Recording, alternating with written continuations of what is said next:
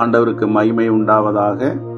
இன்றைக்கு தியானத்துக்கென்று சங்கீதம் 52:8, நானோ தேவனுடைய ஆலயத்தில் பச்சையான ஒலிவ மரத்தை போல் இருக்கிறேன், தேவனுடைய கிருபையை என்றென்றைக்கும் நம்பியிருக்கிறேன்.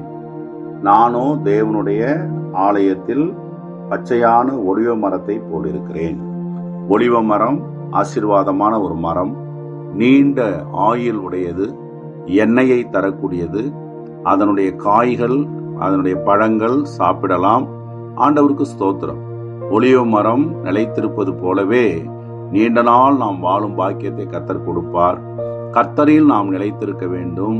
அவருடைய ஆலயத்தின் காரியங்களில் நாம் ஈடுபடும் போது, ஆலயத்தோடு நல்ல ஐக்கியம் உறவு வைத்திருக்கும் போது கர்த்தர் நம்மை ஆசீர்வதிப்பார். ஒலிவ மரத்தை போல பல வகையில் பயன் கொடுக்கக்கூடியவர்களாய் இருப்போம். ஒலிவ மர இலைகளை தான் முதலாக கிரேக்க தேசத்திலே ஜெயித்தவர்களுக்கு தலையில் கிரீடம் சூட்டினார்கள். எனவே கர்த்தர் நம்மை உயர்த்துவார், கர்த்தர் நம்மை ஆசீர்வதிப்பார். நம் கர்த்தர் நீண்ட ஆயுசையும் சுகத்தையும் பலத்தையும் உங்களுக்கு தருவாராக. தேவனுக்கு மகிமை உண்டாகட்டும். God bless you. Amen.